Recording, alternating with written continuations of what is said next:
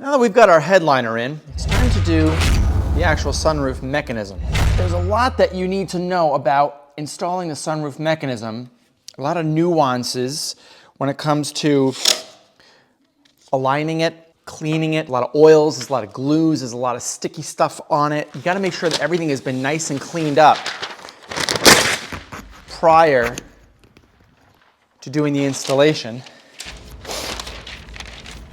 Making sure you have everything before starting anything is absolutely key here. Now, most of you guys are just going to be taking a sunroof apart and then putting it back together. Here, I just got a whole bunch of jumbled parts that I'm assembling to make sure that I have everything that I need to do the sunroof. So here, we're going to take inventory on all the parts that we have, and we've already cleaned them up, as you can see. And now it's just a matter of taking all those parts and making sure that everything is going to fit. So here are all the parts basically laid out, all the hardware. And you want to make sure that all the hardware is laid out prior to doing any of this installation, because you really got to make sure you have everything, because you really kind of need to be in the zone when you're doing this. We've got our functioning motor with our relay on it here with its sunroof switch. And then this is essentially just power and ground that I've hooked up to another weather pack, 2-pin weather pack. This is an aftermarket connector I had because we didn't have the factory connector. But basically that's okay. This is just power and ground, where the power goes back and it's fused through the fuse box and taken care of properly there. And the ground is actually local, right up in the head unit there. So now let's work on the tray a little bit. Show you how to do this. This is kind of one of the most overlooked parts of the actual build. CA-Tune provides this shade as part of the kit. As you can see, I'm gluing it here. They've got like the little holders for the tray right there, so you know exactly the configuration that the tray should go and install in. And you just kind of glue it in. Glue it, then you gotta wait about 30 seconds to a minute until that glue kind of gets a little tacky. And then you start covering those center strips on there. And you kind of start doing the same thing with the outside edges as well. Kind of do one edge at a time. Again, glue, wait a minute, and then you start sticking it. And it sticks really good. And it isn't necessarily permanent. If you make a mistake or something, you can always pull it back after a minute or two and reapply the glue and start over. You don't want to wait too long to make any mistakes. But this is an important part here. As you can see, I'm trimming away from those little arms. And when you fold the foam fabric back around, those arms need to be free of obstruction. They need to move. And you need to cut as much of that extra fabric out as you possibly can, because everything slides on that. And you don't want that double thickness if you can help it. So this is the completed look, and everything is trimmed as much as possible. And now we're moving on to the next step, which is just trimming that front piece. Very important we trim as much out of there as we can. Again, that visor piece is going to end up getting that covering all that up. We got the center track installed. There's 3 bolts there. As you can see, those sheet metal screws needed to have the clearance, so we've removed the yellow border. Foam backing there, and we also had to install those 2 in there. Now, when we installed those, we realized that we had to take apart some of the headliner. Next time I do this, the headliner is going to come in afterwards. And the reason being is because you need to get those screws installed. Once those screws are installed, it makes it a lot easier. It kind of holds that copper tube in place. But now that that's installed, we can easily re-glue this. We can install the pull handles again, and we can move forward with getting the tracks installed. Easy as pie. And it gave us an opportunity to snake down some of these wires that were coming through for the interior lights. Now that that's installed, and we've got our motor basically ready to go and re-greased, we can now start working on all of these guides and getting them set in place. And then we need to sift the cables through, and then you install the motor after the cables have been set. On the inside of that, so it kind of sandwiches just like that. And then it sits inside. But I'll show you this a little closer up. You got to make sure that everything is tight in this corner here. And you got these guide rails installed, and the holes are visible, just like that. Now you kind of want to make sure that this guy, the little guide, can slide. You can see it slides and it bolts right down to that hole. That hole bolts right down. and it's bolted down by this guy. This basically sits like that. This one here goes just like that, and it sits in that hole once it's installed. Sliding rail, and get that installed from here. Take our guy here and slide it through.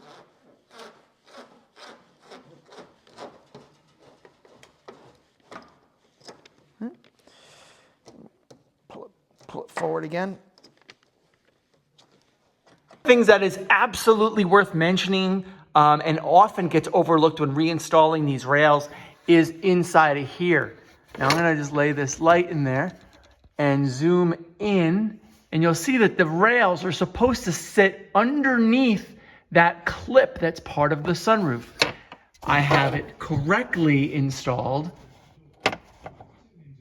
there. All right, so now you can see it's actually underneath that.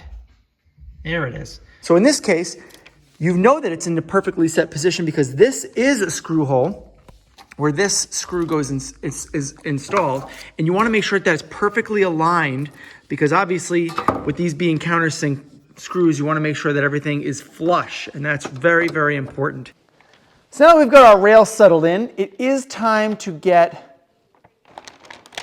our sunshade in, and that has to do with this. Now this is the sunroof guide. This is what pulls this shade back when the sunroof detents back in and goes into the cassette. This literally sits on the outskirts of this and slides just in there like that. Now I lube these stainless steel guides in. Let's see if we can get one. That's one and two. There's two. And now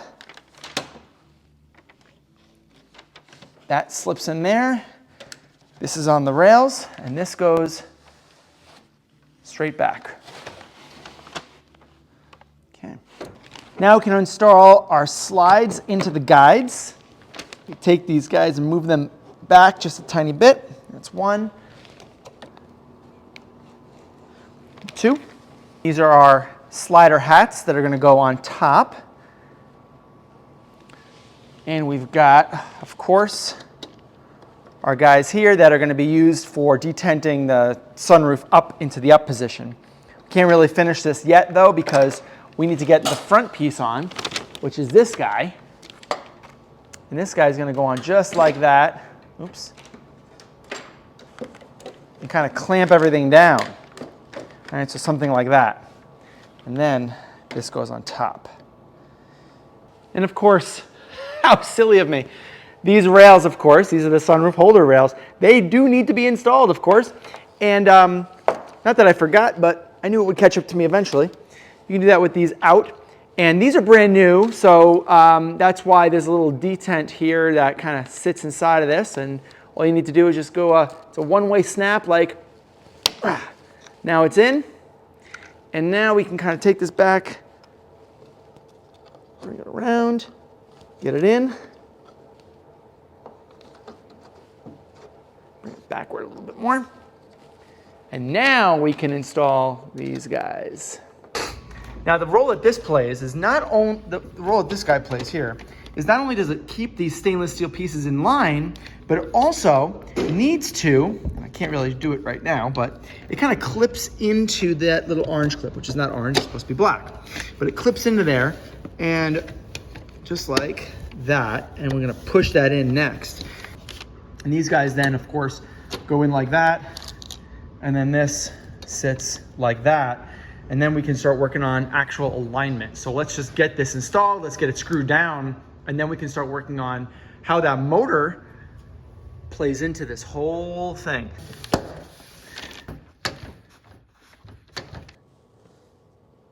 And then you keep on going, and it pushes this up like this. And then if you keep going, it'll then push the sunroof into the detent position. And that's kind of the position that I think I want to be in on this side and on that side. Now just for reference, so you see what I'm doing, this is the sunroof in the tilt back position. And the way that I've calibrated it right now is that this guy here is right smack in the middle of the center line of that screw, right? This screw right here, it's right smack in the middle of that, which means that the other one's in the same position. So now both of these are exactly the same as each other. And now I can understand that that's where the tilt is. That's where I want the sunroof motor to be stopping at its detent. So bear with me here as we try to figure out exactly how this is supposed to be configured and what orientation it's in currently. So I've got, basically there's 4 wires that go into the switch, and these 4 wires are positive, negative, and then you've got your green and your black, which go back out to the motor, which reverses the polarity based on which window position you press, open or close. In this case, it's got a whole bunch of, it's got a limit switch here that identifies when the relay should open and close, and it stops the motor from turning as in effect to automatically stop you from opening or closing the sunroof too much. In this case here, we're just going to play with this for a minute. It's going to take a while, but let's figure it out. So let's just pretend that I'm opening it. So that probably meant that I wasn't fully open. So let's try to fully open. Okay. Okay, now it's opened. So now let's try to close it, which means reverse the polarity. So close.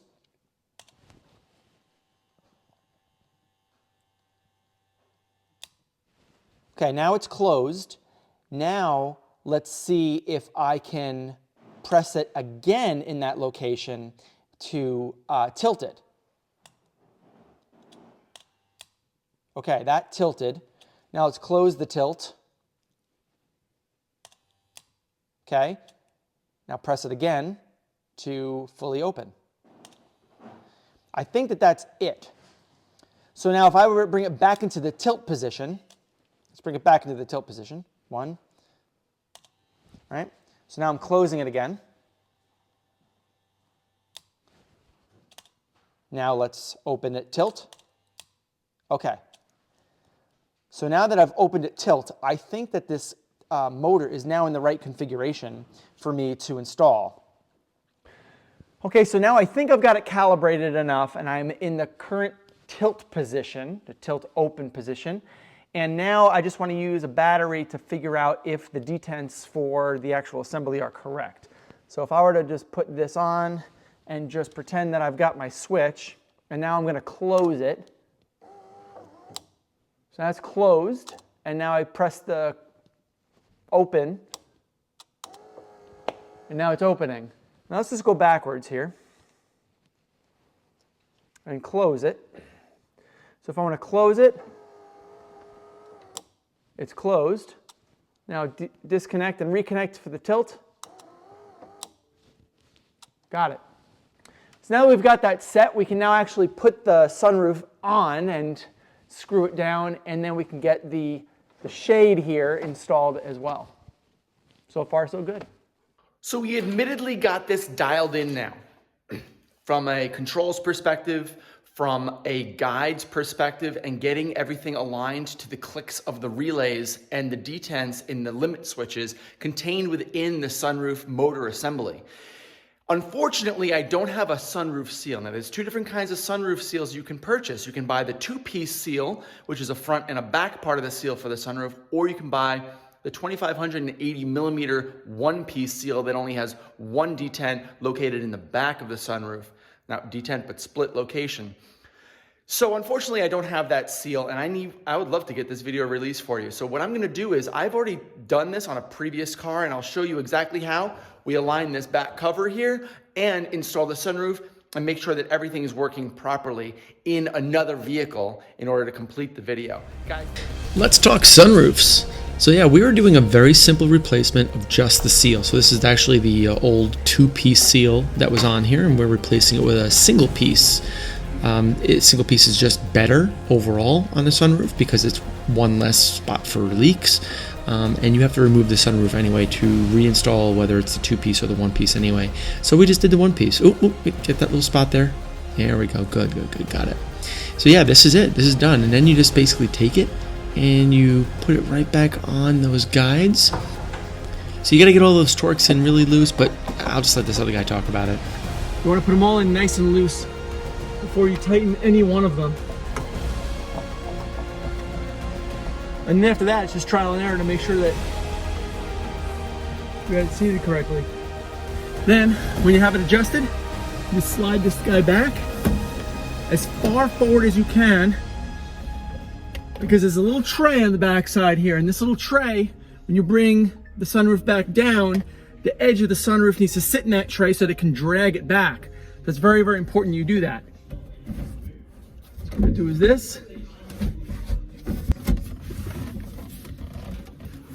All right, so I got this thing on these guys now, and this is as far pushed forward as possible. Now this tray is gonna sit inside of this little guide.